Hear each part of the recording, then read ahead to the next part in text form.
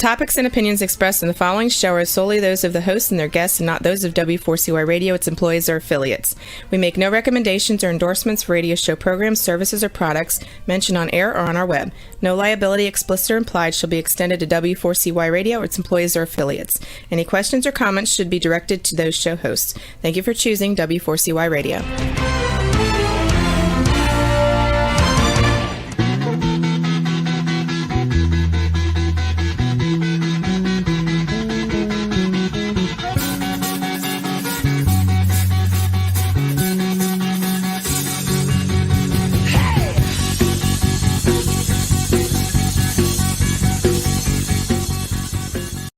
Welcome to the Camping Show. I'm C.W. Getz. And I'm Willow Munson. It is Wednesday, September 15th, 2021, and we have a beautiful 79-degree, partly sunny. I'm reading my computer screen because I don't know what the temperature is. Partly sunny day here near Chicago. So, hey, how's your weather in Pennsylvania? Well, if you like high humidity and low 90s, I do. The place. Oh, no. We have to trade places. We talked about this last time. I would be so happy there. I know. You would love this weather. It's pretty dry. No. Well, and so what city is it? What I know it's the uni. Bethlehem. Bethlehem. I'm in Bethlehem, yeah. And you call them unis. I noticed that, not university. That's something I picked up with like traveling overseas. So that's not commonly said. First time you told me, I go to college. Yeah, what's a uni? And you're like, what's a university? Like, oh, okay. Sorry. Because sometimes I feel like I live in a shoebox out here anyway. But no. It's just me being silly. Oh, good. Well, tonight's episode is brought to you by Campground Views, making camping easier. And by Rutabaga Paddle Sports, providing time on the water. Tonight's episode is Coffee and Camping with our special guest, Matt McLaughlin. Willow, could you tell us a little bit about Matt, please? 44-year-old professional firefighter from Illinois, Matt had a brainstorm about starting his own specialty coffee company after being dissatisfied with what was available on the market. Today, Starved Rock Coffee is a successful, well-known specialty coffee produced in the Illinois River Valley and has expanded its reach to supply specialty coffees to just about everywhere and anywhere in the world. Matt joins us this evening to talk about coffee and camping and what it takes to make a superb cup of coffee. Well, with that, welcome to the show, Matt. Welcome, Matt. I appreciate it. Yeah. So how is your weather tonight where you sit? Same as mine, probably? Same as yours, yeah. Matt's in the studio with me tonight, so his weather is going to be the same as mine, right? So I don't know if exciting. That you have over there, Willow. I'll take the heat. Yeah. So, Matt, how did you get into the coffee business? Well, that's a good question. In the roundabout way, I guess my wife and I always ordered coffee from everywhere. We could never really find coffee locally here that we were satisfied with. So we tried coffee from all over the United States. And long story short, I thought, this is something we probably need to bring to the area, but I had no idea how to make that happen. So I have a good friend of mine who travels the world as an engineer. And he said, hey, I've got a friend that's in the coffee business. Maybe you should reach out to him. So I did. His name was Victor Mondry, who owned Victor Allen Coffee, who's in just about every grocery store in the United States. I reached out to Victor. Victor was kind enough. He took my phone call. He answered the phone and said, what are you doing tomorrow? Why don't you come up? He's in Madison, Wisconsin, which is only a couple hours from here. My wife and I took a drive, and the rest is history. With a little bit of business loans and equipment and all kinds of fun stuff, we got it started. So what was your initial focus for Starved Rock Coffee Company, and has that changed since you started the business? Well, our initial focus was to bring specialty coffee to the area. We do have coffee in Illinois, obviously, and there's multiple different coffee roasters, and there's some fantastic coffee roasters. But here locally, we just didn't have anyone that blew me away with coffee at the time. And I thought, you know what, we're going to go ahead and focus on bringing really good coffee, letting people have an experience that maybe they didn't have. Kind of for myself, one of the things is I've never drove fancy vehicles. I don't spend a lot of money on frivolous things, but the one thing that I will spend money on is good coffee. And I wanted other people to be able to have that experience as well. So We focused on bringing that to the area. We focused on wholesaling coffee and just adding value in the coffee chain was our main focus. That's pretty cool. I don't know. This is the only coffee company that I remember from the Illinois Valley. Yeah, I mean, have there been any others? I don't know that there's some other ones locally, but probably not the volume of coffee that we do. And by volume, I mean we're still a small roasting company. I mean the whole company consists of my wife and I. The biggest, probably the best week we've ever done was probably 4,000 pounds in a week of coffee, which that sounds like a lot, though. It can be, but comparative to Victor, who used to do probably a shipping container a week, wow. Not, but with that, we're able to, there's some reasons that we stay the size that we are. Yeah. According to my math, that's a ton of coffee. Yes. Quite literally. Quite literally. It's absolutely. So, okay. How tough was it to get a specialty coffee business up and running, especially in an Illinois farm community like this, Well, it's still tough.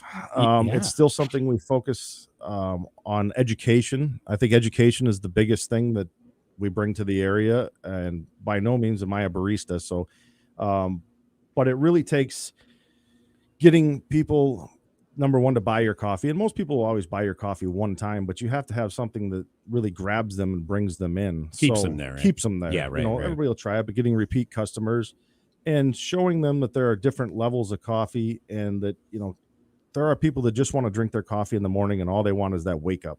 I want the caffeine. I don't care what it tastes like. It's there to wake me up.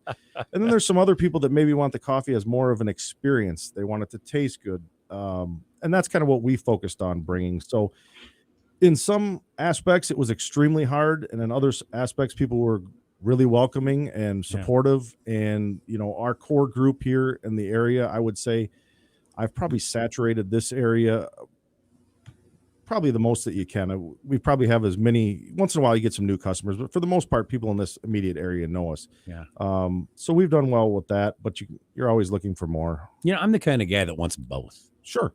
Absolutely. I want my cake and eat it too, as my mother used to say. But no, really, I mean, yeah, we all go for the caffeine, at least most of us do. Sure. But I really want it to taste good. And after about the first cup, I can actually taste it. Well, the thing is, if you let your coffee cool, you'll find out if you actually have decent coffee or you don't. Yeah, I think that's it. Because if your cup of coffee sits there for 5 minutes and cools down and you can't drink it black, it's probably not very good. That's true, because I do it'll sit there for a little bit and then I can taste it a little bit better. Yeah, that's how when we evaluate coffee, that's actually how we do it. We let it settle a little bit, settle down, cool down for 14 minutes, 15 minutes, and then we check the coffee so we're actually tasting for imperfections. Well, the first cup always goes over my face. Yes. So I can wake up. But then, the second one's always the one for the taste, Absolutely. Well, you talked about really wanting to bring an experience around drinking coffee. So how do you go about selecting the coffee beans that you purchase? Well, I can back up a little bit and tell you when I first started, I relied solely on Victor, who has since passed away, but he was the one. He would purchase coffee from all over the world and I would rely on him. But since he's passed away and he taught me in the meantime, now we have some really good relationships with small farmers, with importers, and we get anywhere from 10 to 20 samples sent to us every week to 2 weeks from farmers from all over the world, depending on the harvest season. What's going on. Usually they send us around 200 grams of coffee. We roast that coffee in our sample roasters, and we take all that coffee from different regions, different origins, and we evaluate them side by side. And we do that blindly, so we make sure that we can get the best coffee available that we can purchase. And it really does make a difference when you do it blind.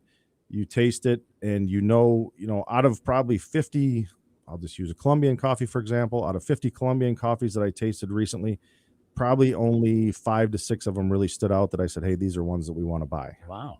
That's a lot of samples. Yeah. It is a lot of samples. And long story short, there was not too long ago, I sampled way too much coffee in a day and I sweating profusely. Won't do that again. Why did you have caffeine overload? I had caffeine overload. And you wow. actually get where you can't taste the coffee anymore because if you just get overloaded with caffeine and your taste buds shut off. Wow. Do you have something that you taste in between each new bean to kind of cleanse your palate? So there's a whole protocol, and I don't want to bore you guys to death with nerding out here, but there's a whole specialty coffee association actually has a protocol with cupping coffee, and we take 10 grams of coffee, we put it we roast all of them the same. We take those 10 grams of coffee and we grind it, and then we put 205-degree water over it. We let it sit for 4 minutes, and the coffee will actually form a crust in a little bowl. We break that crust, and first we smell the coffee when it's dry. Then we smell it after we put the water on it in 4 minutes. Then we let it sit another 10 minutes, and then we taste it. So we'll take a spoon, taste it. It's kind of a slurping. We aspirate the air behind it so you can really taste it, and then we'll spit those coffees out. Like and we try olive to taste oil, light right? from dark. I'm Oh, sorry, what like was that? from aerating it in your mouth. Have you ever tasted olive oil? I have not. Not that way. I have not. Sounds similar. Wine, yes, but not olive oil. So you're talking a lot about trying these different beans, and how important is it starting with the right coffee beans? It's extremely important, and we take a lot of pride in making sure. So as a small company, one of the things that we can do different is I can buy what's called a micro lot in coffee. And a micro lot is that coffee I know exactly where that coffee came from down to the specific farmer. And we get a relationship with those farmers so we can trace that coffee. It's transparent. I know where it came from. And coffee scores like a wine. So coffee scores 0 through 100.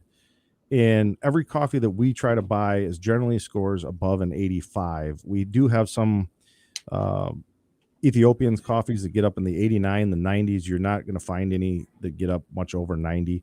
So it's extremely important that we start with the highest quality coffee that we can get. So we buy only grade 1 coffee, which is the highest on the market. And we try to buy really high scoring coffee as well.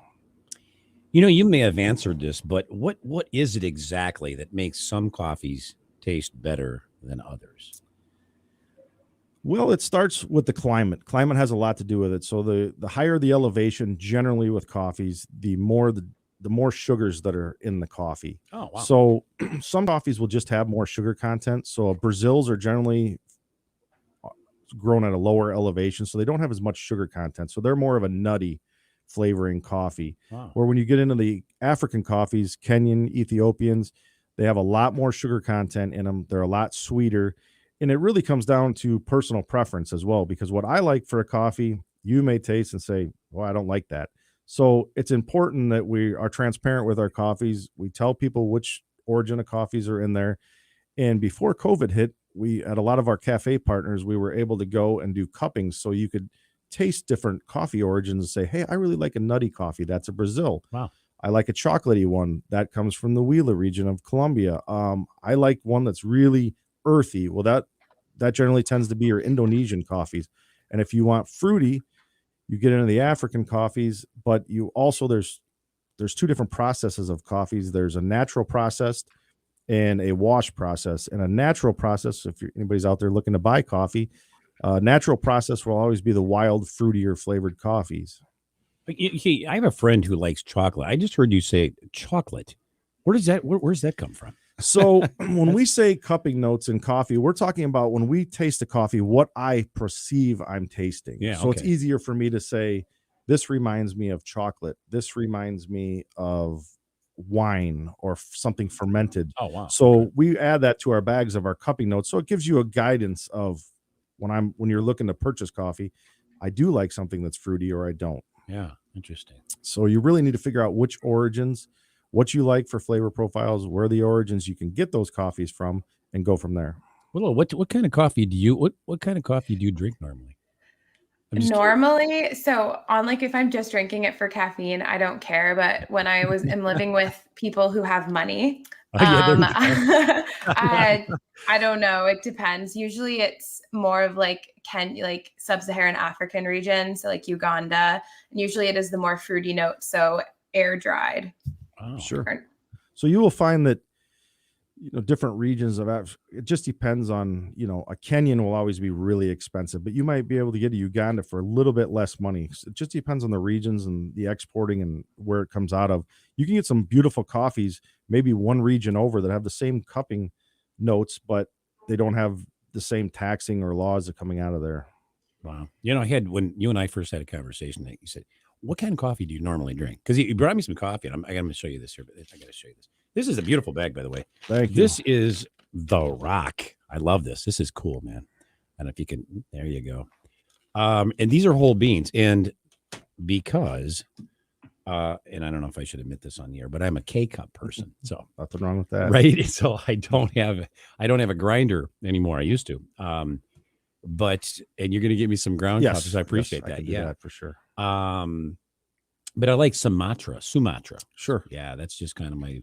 That's getting really hard to purchase. In fact, the importer and the farm that I worked with is no longer.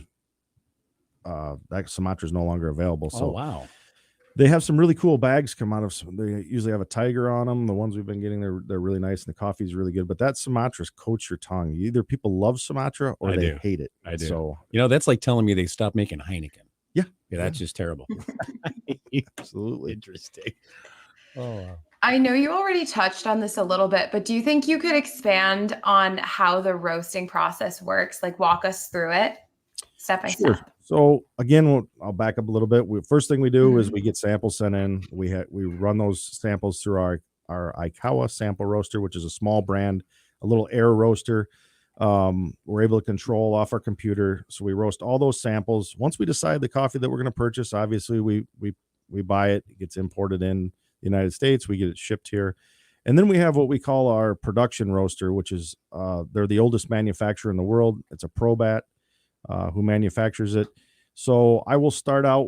First thing we'll do is we'll take a moisture test and a density test. And that gives me a guideline of where I want to go with my coffees.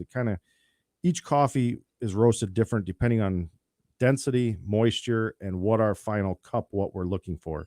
So once I throw that coffee, I get kind of a guideline in my head of, okay, this is going to be, here's the roast profile is what we call, here's the roast profile I'm going for in this coffee. I put the coffee in our roaster, and those roasts can be anywhere from 8 minutes to 12 to 15 minutes. For the most part, a lot of our roasts are around a 10-minute roast. And so the first phase in roasting is drying. So say the first 4 to 5 minutes, that coffee is just drying, getting all the moisture content out of it. It starts at around 12 to 13%. And then the next phase is the caramelization, I'll just call it, where all the molecules and the sugars are getting broke down. And then that coffee will actually go into what they call first crack. And that's where you see that crack in the coffee, all the moistures of sugars, you can actually hear it. They will pop. And I can manipulate to some extent how much body you want in your coffee, how much acidity's in the coffee. Now, the coffee has to start with good quality coffee to get it. But as a roaster, I can manipulate some of the body, some of the acidity, and we decide whether it's going to be an espresso, a drip coffee, or something that can be used for both. Okay. And building off of the kind of bitterness that you just talked about, Rachel just asked if it's true that a sprinkle of salt can take away some of that bitterness in coffee. It can. And there are reasons some coffees are a little bit more bitter. And some of it has to do with the coffee's over extracted.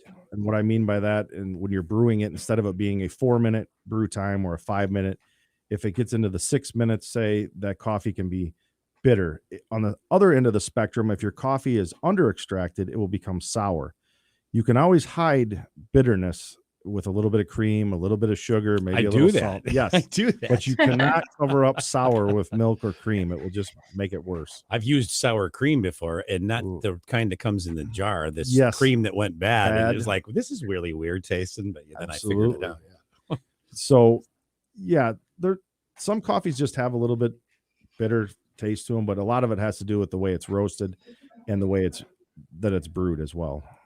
Okay, well, thank you for that response. And now can we have Roxy, can you put up some of Matt's photos and we'll have him tell us a little bit about each of them? So that is going to be released here. That is our Turning Leaves blend, which we call it a blend. And I will just go ahead and when I talk about transparency, I'm going to go ahead and spill some of the beans, so to speak here. We call it a blend, but it's actually not a blend. It is a micro lot from Guatemala. However, I've purchased from the same farm, the grandfather is actually 103 years old. We purchased their coffee. It's from the Huehue Tenango region in Guatemala. We purchase their coffee all the time. They're phenomenal little farm.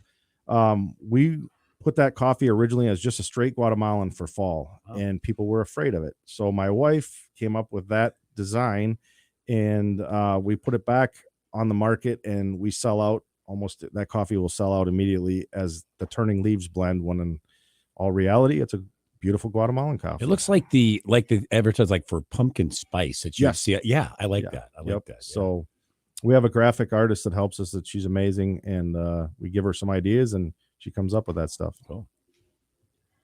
This is so when I talked about processing of coffees before, that's a natural process Ethiopian coffee, and I put that up there.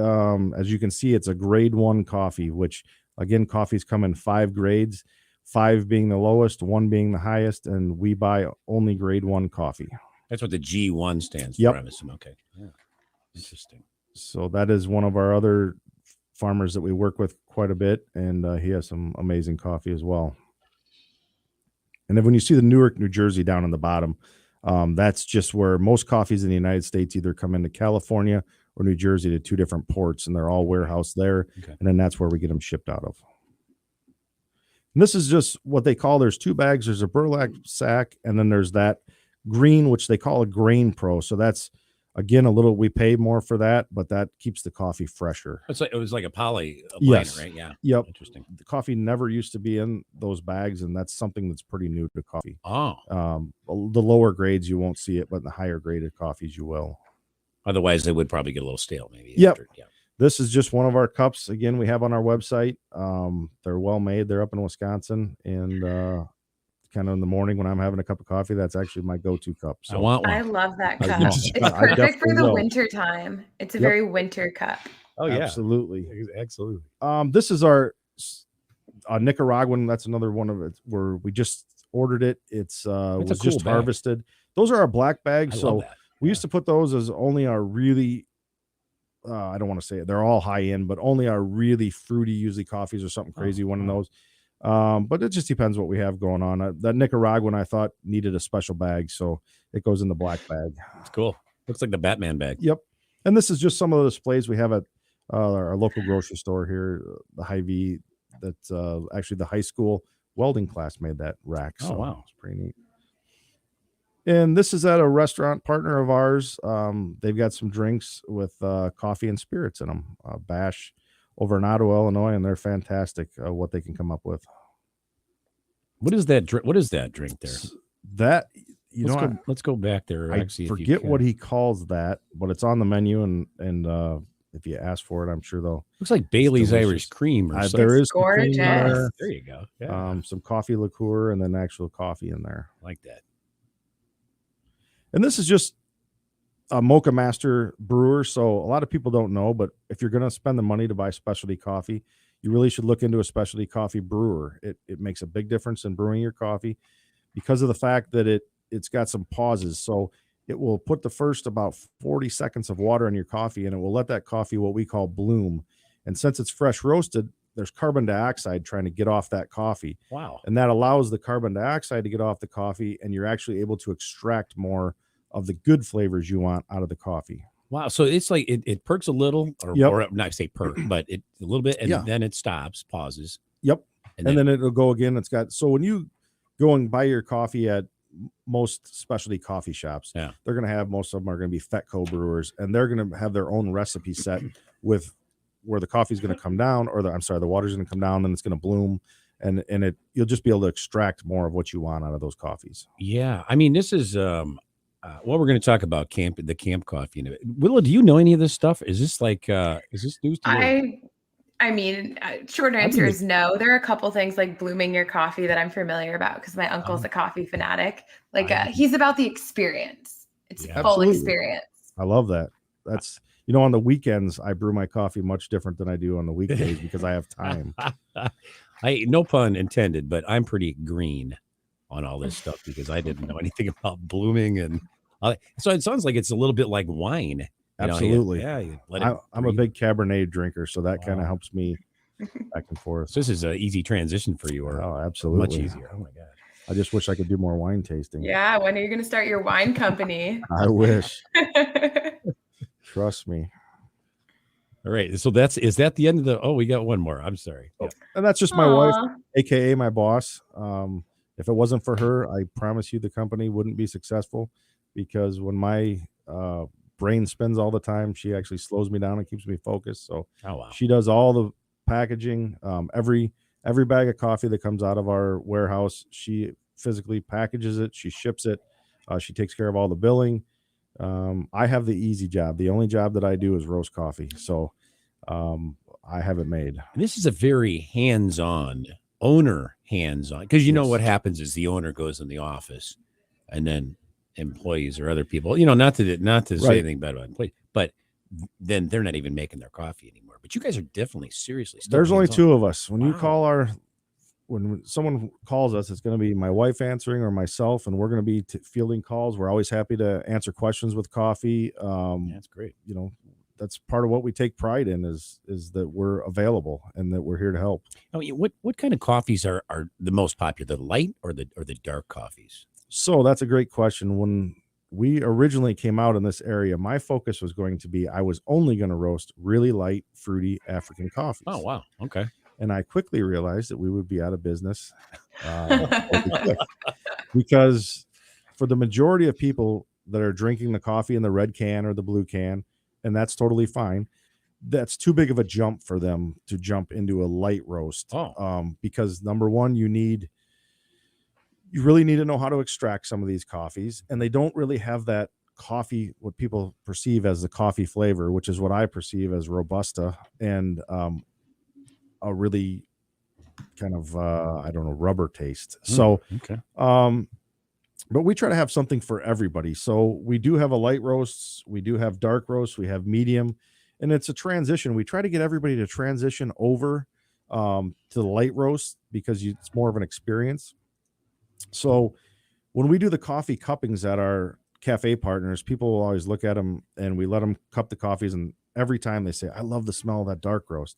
Then when they taste them, they're like, wow, the one on the other end tastes the best. Oh wow. Well, it's a light roast. And you're able to just get more out of those light roasts. Interesting. We're not hiding anything in our coffees. So And that's what I hear a lot of companies do.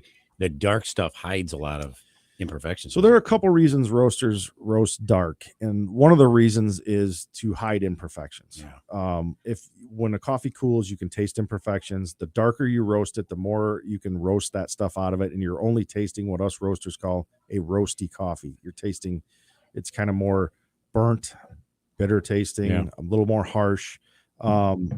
So that's one of the reasons they do it. Another reason, I mean, I'll be honest with you. We put out a really good dark roast because there's a crowd that wants it. It's our French Canyon roast, and it's a really high-end Colombian and a Sumatra in that coffee. Yeah. And they're both grade 1. They both score really well.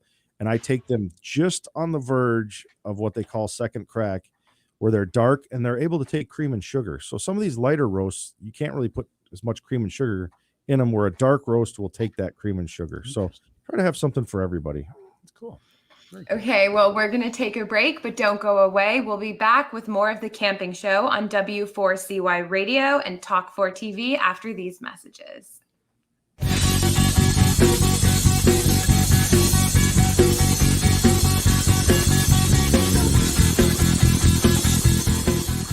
It's time to go camping.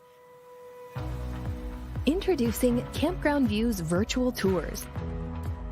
You can tour the campground, see the sites, see if they are available, and click to book your perfect spot. Hit the open road and explore the amazing places found in nature. We make it easy to discover, find, and book your site so that you can go have the fun and freedom you seek. Campground Views virtual tours make it easy and simple for you to see where you are going. A few years ago, someone asked Rutabaga's owner, Darren Bush, "Hey, how long have you guys been selling boats?" Darren replied, "We don't sell boats. We sell time on the water." Of course, that comes in all types. We help people paddle more safely with Rutabaga outdoor programs. We rent canoes, kayaks, and stand-up paddleboards. We sell and install racks to get you from home to adventure. Rutabaga's got everything you need to get you out on the water, like paddles, life jackets, dry bags, and clothing. Rutabaga Paddle Sports, on the web at rutabaga.com. Mention you saw this ad on The Camping Show.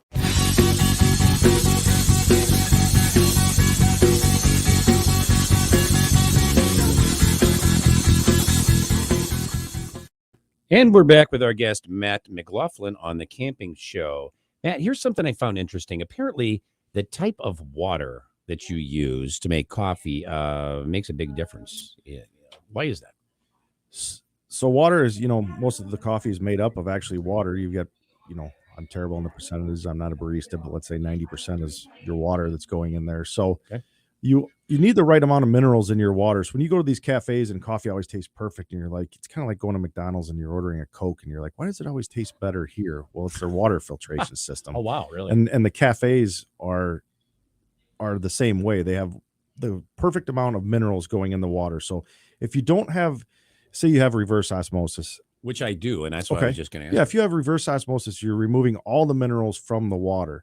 So it's kind of like having that piece of meat or the steak or whatever, and you add a little bit of salt and you're able to taste it a little more. Okay. Well, the Specialty Coffee Association actually has the specific how much, no chlorine in your water, what minerals are. So what if you're at home or you're going camping or anything like that and you want to cheat and make sure that your water is perfect, I buy distilled water in a jug. You can just buy a gallon, and you can buy these little packets. They have them all over, called third wave packets, and you just cut the top of the packet, you dump it in your water, you shake it up, and your water will be perfect. So you actually get more turbulence in your water with the right amount of minerals in there, and you're able to extract coffee the way it should be. Interesting. So when you're evaluating coffees at home, or you really want that experience, if you're going to spend the money and buy really good coffee, spend the extra $1 and buy the right water. So you use these little pack. And by the way, I didn't know anything about this. Again, I Willow, I do live in a shoebox. I swear, it's pretty evident now. So you take one of these little packs. Yep. And it's called Third Wave. Third wave water. Yep. Yeah. Or third wave packets. You can buy them on Amazon or wherever. Yeah. And you dump those in you got to use distilled water. Okay. And start with a zero. Yep. Or then, RO water would be absolutely. the same thing. Okay. Shake it up with your RO, and then you'll have the perfect water for your coffee extraction. Wow. So I'm not doing myself any favors by using RO water, you're saying then. In that way. No, I can't. There's people that we also have to, when we roast our coffees and everything, I evaluate them in multiple different ways. And one of them is, we evaluate them with water with no minerals in there, because the average guy is going to maybe grab tap water. Yeah, right.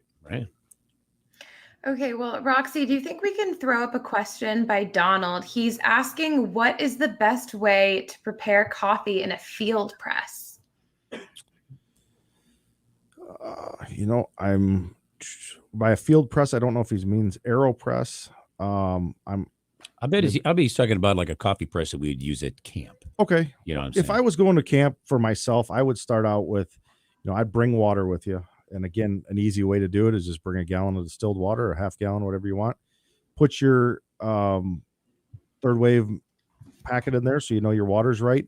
I'd probably bring, if you don't have a hand grinder, they sell some amazing little hand grinders if you want to get that geeked out with it, and buy a hand grinder, or you can bring your own ground water, and I would use it that way. I would start with about a 15-to-1 ratio, 15 parts water to 1 part coffee, and go from there. It's really important that when we talked about coffee before, that if you really want to make a difference in impacting your morning cup, weigh your coffee beans every morning on a little kitchen scale. And that way, the variance, because we talked about density in coffee before, and, an Ethiopian coffee has a lot more density than a Sumatran coffee. So even though you're using, say, a cup of each, the weight will be much different. Interesting. Okay. And he did confirm, yes, an AeroPress. So I cheat with AeroPresses. I actually have the app. You can download it for your phone. Full disclosure, there's a bunch of awesome baristas out there. And there's many different recipes out there, and I try almost all of them. I love the AeroPress. Interesting. So what would you say makes Starved Rock coffee stand out over other brands of specialty coffee? Well, I think what helps it stand out is, number one, we're a small family-owned company. It's very my wife small. and I have 5 kids. You're not going to get much smaller and much more of a family-owned company.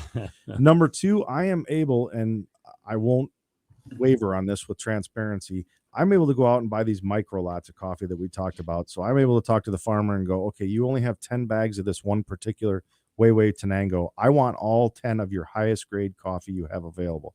As you get bigger, some of these roasters, if you're talking about roasting a shipping container or two a day, there's not that much of that super high-end coffee out there that I'm able to purchase. Yeah.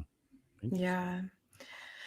So as an outdoor man, how does Matt, the professional coffee roaster, make his coffee when camping? This I got to hear. So, again, in full disclosure for all you baristas out there, we have a phenomenal barista that helps us. But if I'm going camping, I'm either going to do it on the old style percolator, the camp stove type, and maybe make cowboy coffee, which I only do maybe once or twice a year.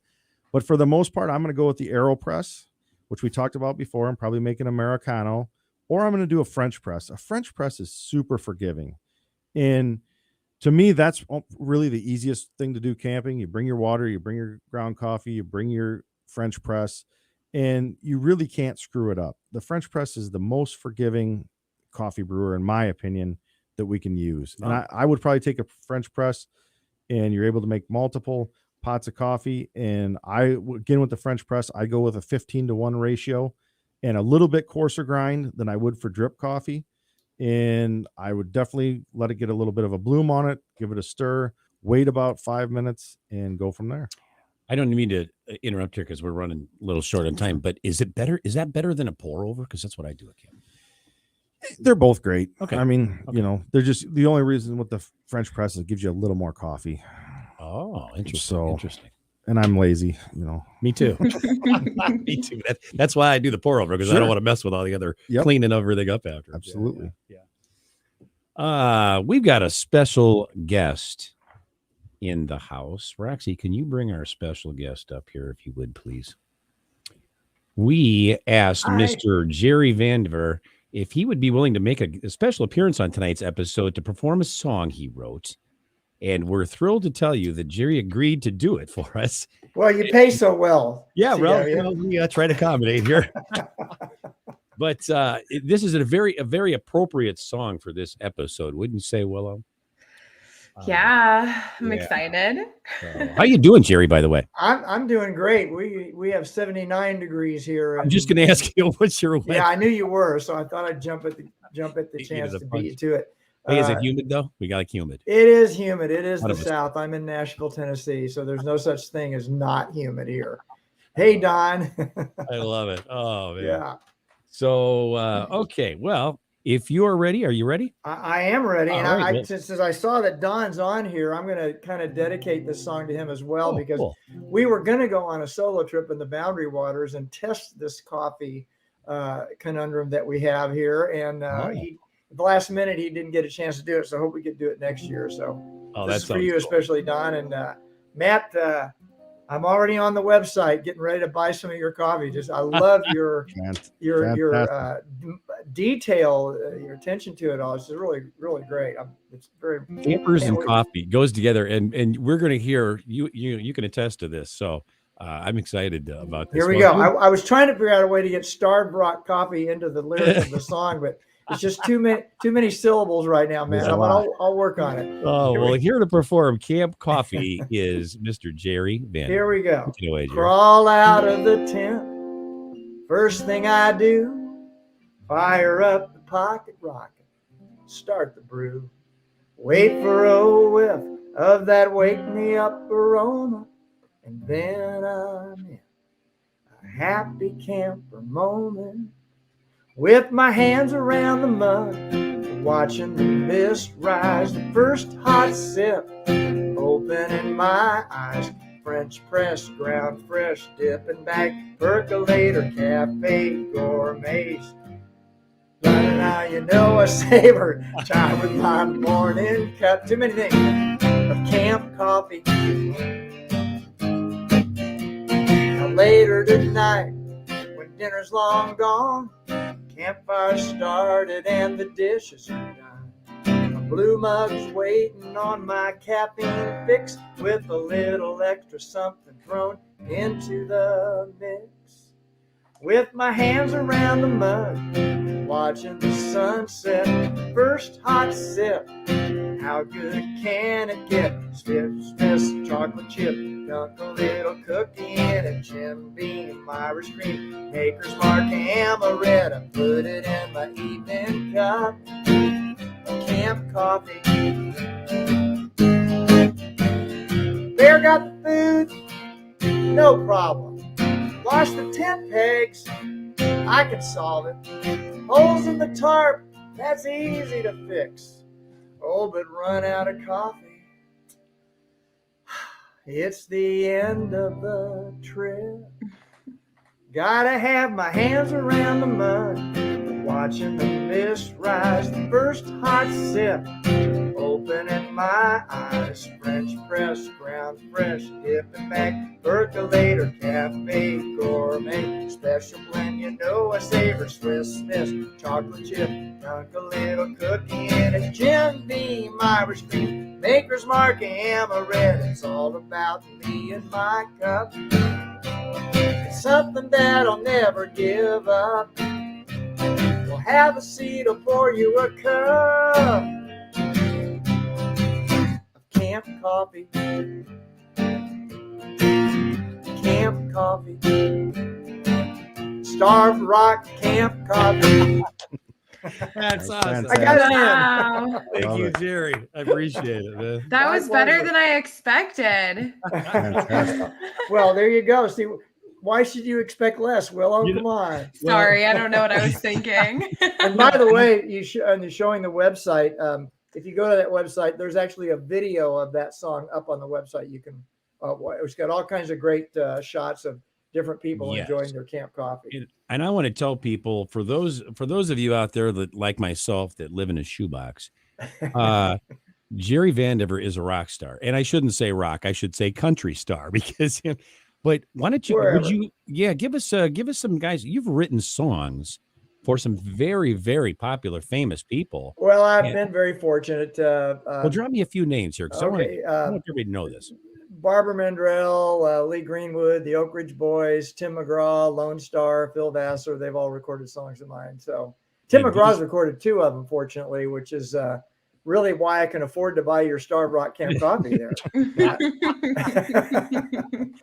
These people are icons, man, and you've written songs for them and all kinds of stuff. Yeah, And they've all been really good to me and made the dream come true.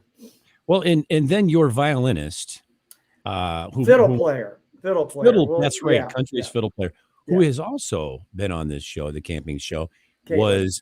She was Caitlin Evanson. Caitlin Evanson. Yep. She's played for a few people you might have heard of, like Ringo Starr. She toured with Taylor Swift for 7 years. She did a year-long tour with Shakira.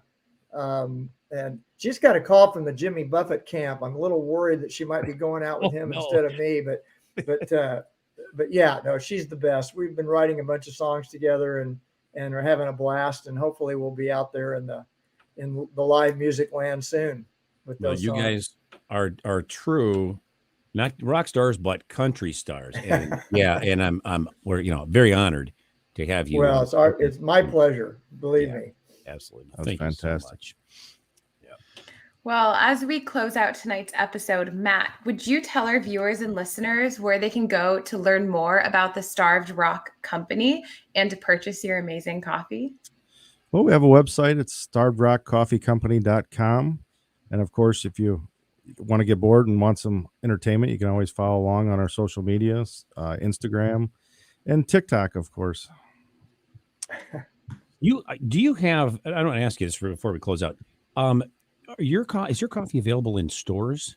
It is. It's available Hy-Vee grocery store and then our cafe partners as well. Yeah. Now, is Hy-Vee is that a national? No, they're not. They're regional. I Okay. think they have 240 stores, but we're not in all of them. We stick mainly to this region here. Okay. But these coffees can be shipped anywhere. They can be shipped anywhere. And in fact, we ship Willow. We ship to Pennsylvania today. We have an Australia order that's got to go out here that I'm working on. So all over. Wow. There's a little bit of a thing here before I get to the closing here. Because of certain situations that have come into play now, some places are a little bit more in the shipping thing that they've raised that on you. Yeah, we found out today that to go to Australia, instead of it being $46.50 for 3 pounds, it's $101 because the Postal Service shut down all shipping to Australia. and our friends in Canada, as I like believe to say. I believe so as well. Yeah, That's insane. Yeah, it's crazy. crazy stuff out there. But you can order this coffee online, and I think that's awesome, man. I can't wait to taste this stuff. And I admittedly I haven't yet, but I'm about to. We'll get that taken care of. Absolutely. Hey, I'm going to send you some coffee, but you know what? I'm going to send both of you guys. Are you getting some coffee, Jerry? I'd love to get some. I haven't got it yet, but yeah. Oh. I mean, We can take care of them on that route. And Jerry, if you're ever in January, usually U.S. Coffee Champs, which I compete in every year, is in Nashville. Is that right? Yeah. If you want to try some coffee in Nashville, what better excuse to take my wife? We go to Nashville, we hit the list. Yeah. Are you coming down for that? We plan on it. We compete every year, but we'll see this year with COVID. Yeah, obviously. Well, I tell you what, definitely you can get my info from CW there. Get me in touch if you're in town and it's safe COVID wise. I'll give you what I call the sleazy songwriter tour of Nashville. I would love it. I would love it. Oh, that's awesome. I think I'm going to take that tour. You should. And Willow, you're that's open invitation to you as well. I can tag along. Yeah, no problem. Well, I'm gonna personally see that Matt's gonna get me some coffee. I'm gonna send both of you some coffee, and when we get off the air here, we're gonna get what you typically drink, and he can set you up with what he thinks is close. So yeah, very good. Well, listen, we'd like to thank you, Matt and Jerry, for being our guests on the camping show this evening. It was a pleasure having both of you here with us. Thank you. Yeah. We'd also like to thank our sponsors, Campground Views and Rutabaga Paddle Sports, for bringing you tonight's show. Well, be sure to tune in for next week's episode, Paddle Mania, with our special guest, Cliff Langley. Until then, thank you for tuning in to The Camping Show. This is C.W. Getz and Willow Munson, reminding you, learn more, do more. See you next week.